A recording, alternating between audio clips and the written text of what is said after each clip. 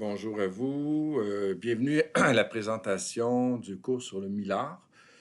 Naturellement, je ne suis pas là, je l'ai dit, je suis malade. Donc, je vais faire la présentation des images que j'étais supposé de vous montrer. Donc, sur le Millard, il n'y a pas énormément d'artistes qui ont travaillé sur le Millard. C'est quand même un peu difficile de trouver des travaux. Une des artistes, une des premières qui a travaillé sur le Millard, c'est Betty Goodwin dans les années 90. C'est une artiste canadienne qui a travaillé vraiment sur de très grands millards. Donc, on le voit ici, on voit que c'est des millards de probablement 3 pieds de large en rouleau qu'elle a mis un à côté de l'autre. Elle travaille à l'huile et au pastel sur le millard. Donc, ce qui est intéressant avec le millard, c'est qu'on peut travailler autant l'huile que l'acrylique sans préparer la surface. Parce que si on fait de l'huile sur du papier, l'huile va partir sur les côtés. Il faut préparer le papier habituellement pour de l'huile. Avec le millard, ce n'est pas nécessaire puisque c'est une pellicule de plastique semi-transparente. Prochaine image. Toujours Betty Goodwin. Ici, ce qui est intéressant, c'est que sur le millard, elle a intégré de la photo.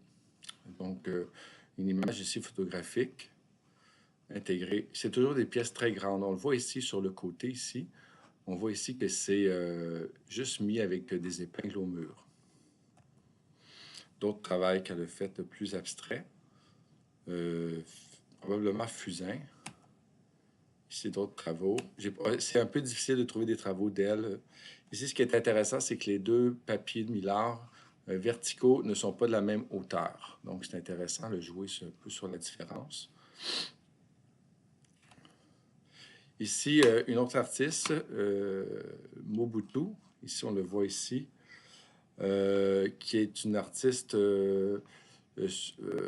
américaine, en fait, qui a travaillé. En fait, je vais vous la représenter plus tard là, pour le projet 1. Donc, moi, j'ai vu son expo il y a 3 ans à New York et elle a beaucoup travaillé sur le millard. Ce qui est intéressant, elle, sur le millard, c'est qu'elle colle des papiers dessus. Elle utilise vraiment de plein de façons. Donc, elle colle des papiers. Les papiers, les millards sont très larges. C'est des millards d'environ 4 pieds de large. Je vous en parlerai plus longuement la prochaine fois. Ici. Naturellement, toutes ces images-là, je vous les donne en PDF aussi. Vous voyez ici toutes les textures qu'on peut faire sur le millard avec des encres ou de l'acrylique très liquide. Voyez-vous, donc on a vraiment des textures très, très intéressantes. C'est ce qui est intéressant dans le millard. Naturellement, le millard est plus que ça n'absorbe pas beaucoup. C'est pas comme le papier. Donc, si on met une peinture très liquide dessus, c'est beaucoup plus long à sécher. Par contre, les effets sont vraiment intéressants. Ici, on voit que des millards, il y a des éléments découpés. Cet artiste intègre aussi la photo dans ses œuvres et du découpage. Toujours ici, la même chose. Vous voyez ici, c'est des papiers. Ici, c'est des papiers découpés et intégrés au papier millard. Collés de je ne sais pas de quelle façon. Voyez-vous ici, on voit en gros plan. Ici, un autre artiste, Ed Pienne, qui est un artiste canadien de Montréal. C'est pas du papier millard, mais c'est du papier transparent. Il travaille sur des papiers japonais, donc qui sont vraiment très, très minces. Donc, lui, il fait des installations. J'en avais montré des œuvres avec lui de découpage, je crois. Peut-être que je me confonds avec un autre cours. Ici, c'est une installation. Ce qui est intéressant, c'est ça, c'est comme le millard, on voit souvent à travers ses œuvres. Mais c'est pas du millard. Ça, c'est ses œuvres ici découpées. Ça pourrait se faire avec du millard parce que le millard est facilement découpable à l'exacto. Et c'est très solide, donc ça ne déchire pas facilement. C'est une œuvre qui n'est pas sur du millard, mais qui pourrait facilement être faite sur du millard. Ici, vous le voyez, c'est tout découpé. La qualité de l'image n'est pas fantastique. Ici, la même chose, un papier jaune découpé, probablement avec de la peinture or, avec un autre fond ici, un fond ici de couleur plutôt mauve. À partir de ces images-là, ici, je ne vous présenterai plus comme tel de millard. C'est comme si c'était un autre cours, mais c'est que je n'avais pas assez de cours, en fait, pour tout faire. Je voulais quand même vous montrer plein d'artistes qui ont travaillé vraiment essentiellement à l'acrylique, donc on pourrait dire que c'est pas vraiment de technique mixte, parce que c'est toujours juste de l'acrylique, mais par contre, plusieurs techniques très différentes de travail fait à l'acrylique qui est non traditionnel, c'est-à-dire pas vraiment avec des pinceaux. Et je vous présente beaucoup de travaux comme ceux qui vont peut-être vous inspirer. C'est souvent du travail qui pourrait être fait peut-être aussi même sur 1000 ans. Ici, on a Marcel Saint-Pierre, un artiste québécois qui est décédé il n'y a pas si longtemps que ça. Il a beaucoup travaillé avec l'empreinte, justement, le transfert d'acrylique. Donc, ici, on travaille un ton d'eau, une œuvre circulaire. Encore ici, un travail ici. Il travaille avec justement du polythène, de plastique, avec beaucoup de transfert. Je ne connais pas toute sa technique, mais il a vraiment élaboré une technique très particulière. Les images sont malheureusement pas de très bonne qualité. C'est en général des travaux très gros. C'est souvent environ 2 mètres par 3, 4, 5 mètres. Et c'est un artiste très important, Bernard Fries, qui est un artiste belge, qui a vraiment travaillé toutes les possibilités faites à l'acrylique. Donc, vous allez voir, il y a beaucoup de techniques très différentes. Il y a vraiment une exploration des matières, de la façon de travailler l'acrylique. C'est souvent assez liquide, mais pas toujours. Je vous montre quelques travaux et c'est souvent fait d'une façon assez rapide, un peu comme si c'était une chorégraphie. Parfois, elle se fait aider aussi par plusieurs personnes. Donc, c'est souvent des travaux faits assez rapidement avant que l'acrylique sèche. On sait que l'acrylique, ça sèche assez rapidement, donc il y a une façon de faire qui, comme ici, là, pour qu'il y ait une continuité, on doit faire ça en fait en presque un coup.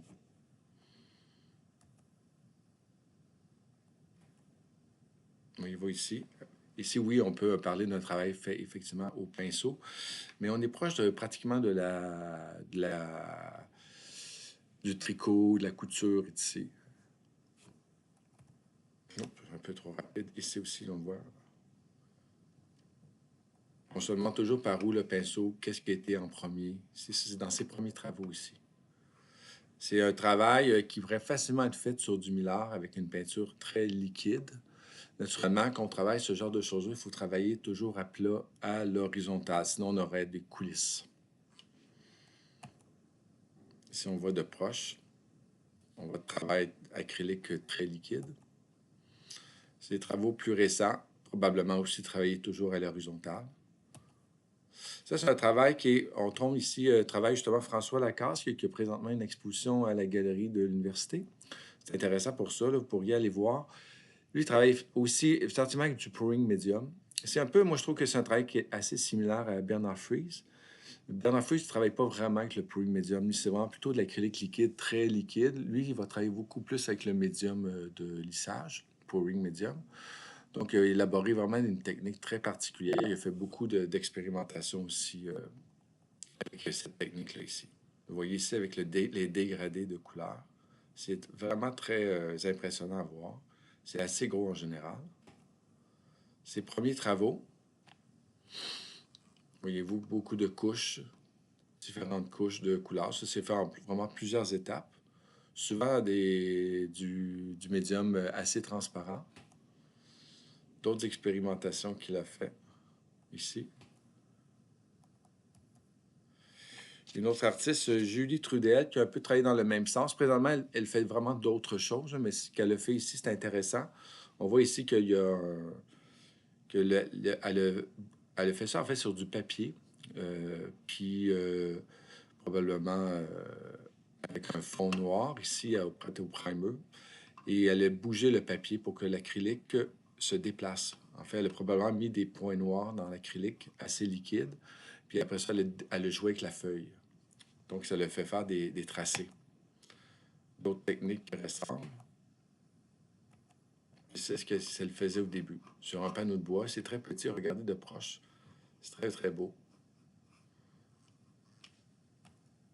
Une autre artiste qui travaille toujours un peu dans le même sens, Luce Meunier, qui expérimente beaucoup toutes les possibilités de l'acrylique. Ici, c'est justement des impressions, des transferts d'acrylique.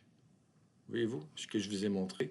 Elle a transféré l'acrylique directement sur la toile, une toile probablement non préparée ou avec un gesso transparent ou un médium transparent.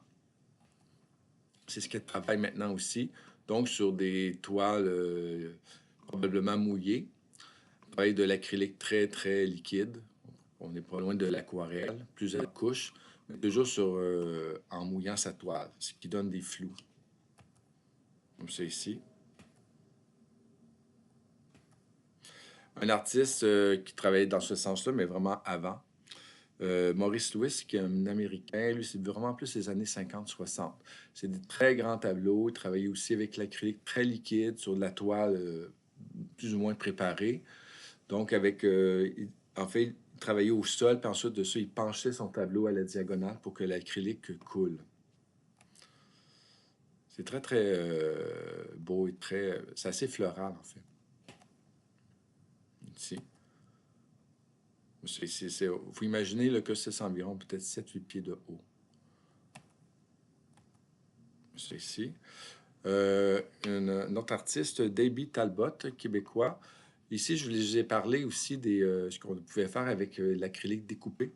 Regardez ici un personnage ici, c'est la figuration. Puis quand on regarde de proche, en fait, c'est tout simplement des morceaux d'acrylique découpés et recollés.